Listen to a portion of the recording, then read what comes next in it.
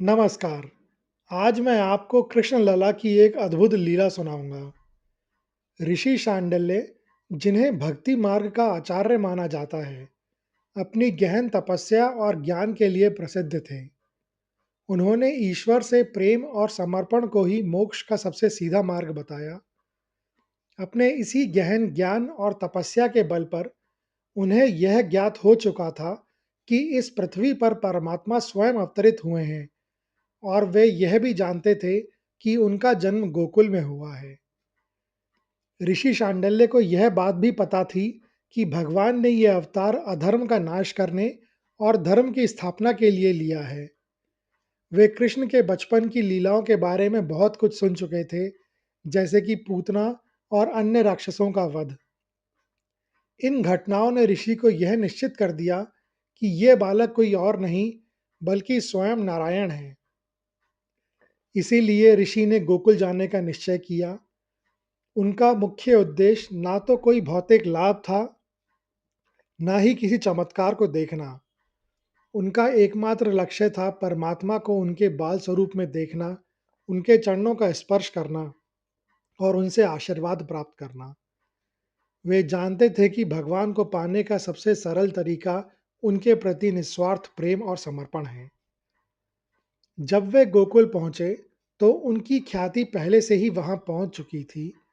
गांव के लोग उनकी उपस्थिति से बहुत उत्साहित थे। नंद बाबा और यशोदा मैया ने उनको बड़े ही सम्मान के साथ स्वागत किया। उन्होंने अपने घर में एक सबसे शुद्ध और पवित्र आसन ऋषि के लिए तैयार करवाया। नंद बाबा ने खुद ऋषि के पैर धोए, जो कि उस समय किसी महान अतिथि के लिए सबसे बड़ा सम्मान माना जाता था। यशोदा मैया ने ऋषि को भोजन कराया और हर तरह से उनकी सेवा की। इस सम्मान और सेवा को देखकर ऋषि शांडिल्य बहुत प्रसन्न हुए। उन्होंने नंद बाबा से कहा, आपका भाग्य बहुत महान है, क्योंकि स्वयं नारायण ने आपके घर जन्म लिया है। इसके बाद उन्होंने अपनी इच्छा व्यक्त की कि वे बालक को अपनी गोद में बिठाना चाहते हैं, ताकि वे उनके भविष्य के बारे में जान सकें। उनका यह अनुरोध विनम्रता और प्रेम से भरा हुआ था, क्योंकि वे जानते थे कि नंद और यशोदा के लिए कृष्ण सिर्फ उनका बेटा था, भगवान नहीं।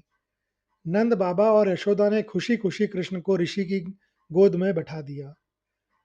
जैसे ही कृष्ण ऋषि शांडिल्य की गोद में बैठे, ऋषि की आंखें भावनाओं से भर गईं। उनकी आंखों से प्रेम और आनंद के आंसू बहने लगे। ऋषि ने अपनी आंखें बंद कर लीं। वे मन ही मन कृष्ण की महिमा का ध्यान कर रहे थे। कृष्ण ने ऋषि की भक्ति और उनके मन के भाव को समझा, और उन्होंने एक अद्भुत लीला रची। जब ऋषि शांडिल्य ने अपनी आंखें खोली, तो उनकी गोद में बैठा कृष्ण का प्यारा बाल रूप, जिसके शरीर पर धूल लगी थी और चेहरे पर मक्खन की एक प्यारी सी मुस्कान थी, अचानक गायब हो गया। उसकी जगह एक भव्य और राजसी आकृति दिखाई दी। यह कोई और नहीं, स्वयं भगवान राम थे। उनका रंग सांवला था, माथे पर तिलक था और उनके हाथ में कोदंड धनुष था। उनके चेहरे पर एक ऐसी शांत गंभीर मुस्कान थी, जो यह बताती थी कि वे धर्म और मर्यादा की रक्षा के लिए कुछ भी कर सकते हैं। ऋषि ने देखा कि राम एक विशालकाय सेना के साथ खड़े हैं, जो धर्म की स्थापना के लिए तैयार है।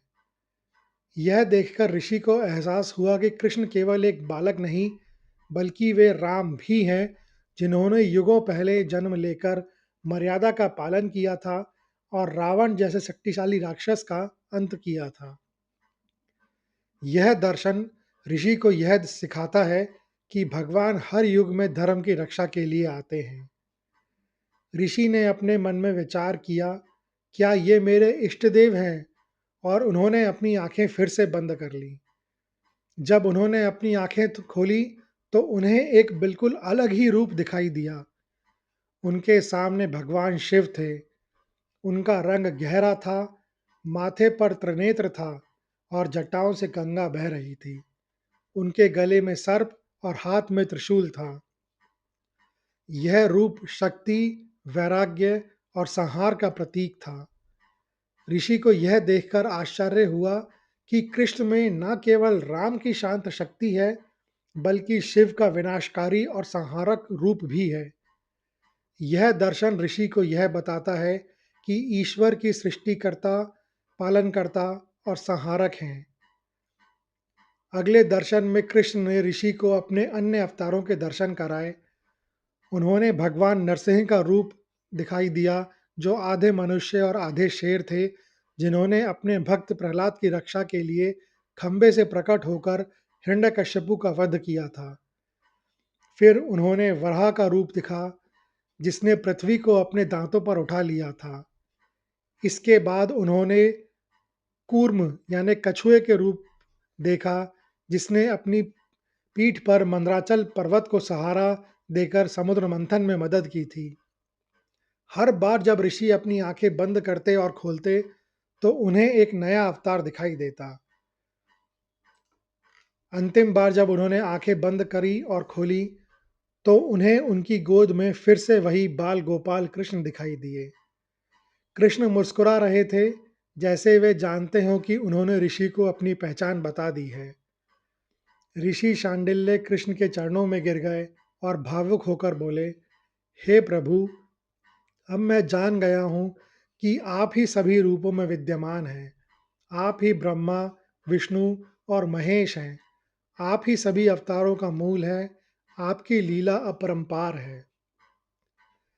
यह कथा केवल एक पौराणिक घटना नहीं है, बल्कि यह सनातन धर्म के कुछ सबसे जटिल और महत्वपूर्ण आध्यात्मिक सिद्धांतों को एक सरल कहानी के माध्यम से समझाती है। यह हमें भक्ति, ज्ञान और ईश्वर की प्रकृति के बारे में गहरी शिक्षा देती है। यह कथा इस बात का उत्कृष्ट उदाहरण है कि सच्ची और निस्वार्थ भक्ति का क्या अर्थ होता है। ऋषि शांडिल्य ने कृष्ण को अपनी गोद में बिठाया, लेकिन उनका उद्देश्य कोई भौतिक वरदान पाना या अपनी शक्तियों का प्रदर्शन करना नहीं था। उनका एकमात्र लक्ष्य था अपने आराध्य, अपने प्रियतम भगवान को देखना और उनकी सेवा करना। उनकी भक्ति में किसी भी प्रकार का स्वार्थ या अहंकार नहीं था।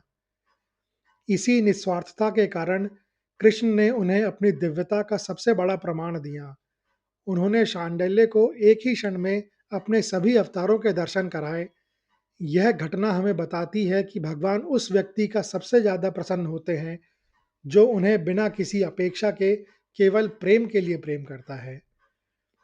यह सिखाता है कि पूजा का असली सार चढ़ावे या रीति रिवाज में नहीं, बल्कि मन की शुद्धि और हृदय के प्रेम में है।